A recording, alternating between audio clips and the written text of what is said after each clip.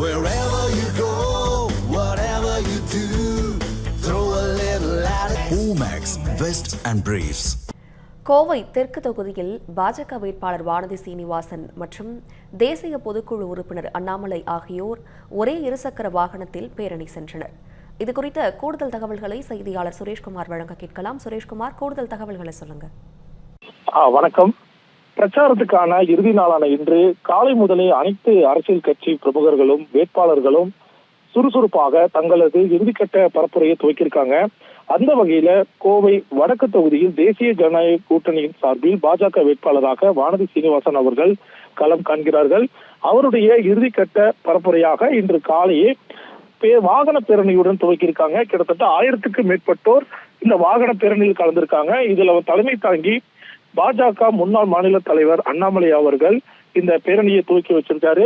அப்போ வானதி சீனிவாசனை தனது இருசக்கர வாகனத்தில் அமர வை அண்ணாமலை அவர்கள் வாகன பேரணியாக சென்ற காட்சிகள் அந்த பகுதியில் உள்ள அனைவரையும் ஆச்சரியத்தில் ஆழ்த்தியது. அந்த வகையில் தனது தலைமையிலேயே அண்ணாமலை அவர்கள் துவக்கி வைத்திருக்கிறார்கள்.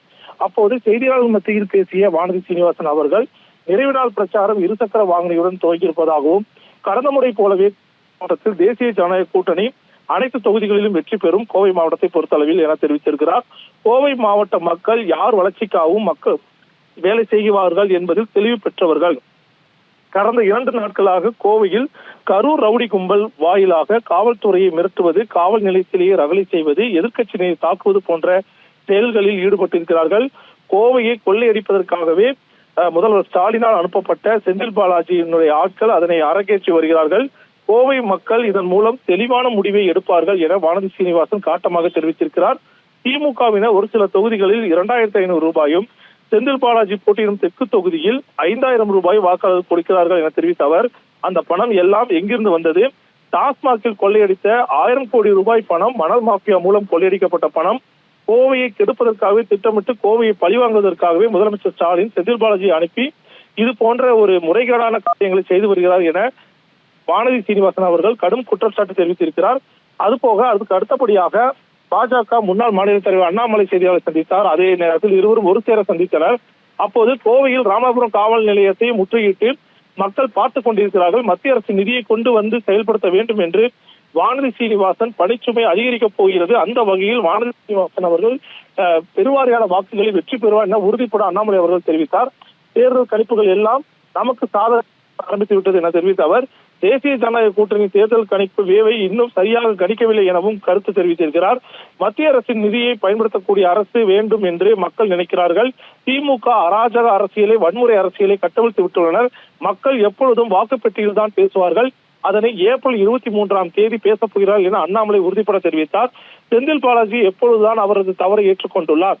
நாளை மறுநாள் வரை காந்தியவாதி மாதிரி செந்தில் பாலாஜி பேசுவார், அவ்வாறுதான் இருப்பார். 23ஆம் தேதி மக்கள் அவருடைய முகத்திரையை கிழிப்பார்கள் என காட்டமாக தெரிவித்திருக்கிறார். தேர்தல் ஆணையம் ஸ்ட்ராங்கா இருக்கணும், தேர்தல் ஆணையம் இன்னும் அதிக ஆட்களை கொண்டு அவர்களது பணியை செய்ய வேண்டும் என அண்ணாமலை அவர்கள் வலியுறுத்தியிருக்கிறார். மாவட்ட நிர்வாகம் உள்ளிட்டோர் தேவையில்லாதவர்களை மாவட்டத்திலிருந்து வெளியேற்ற வேண்டும்.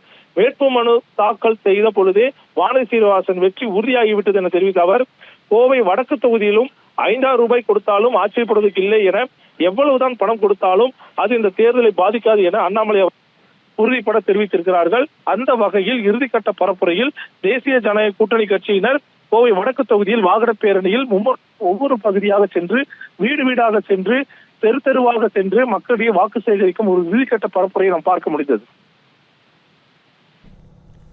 கூடுதல் தகவல்களுக்கு நன்றி சுரேஷ்குமார்.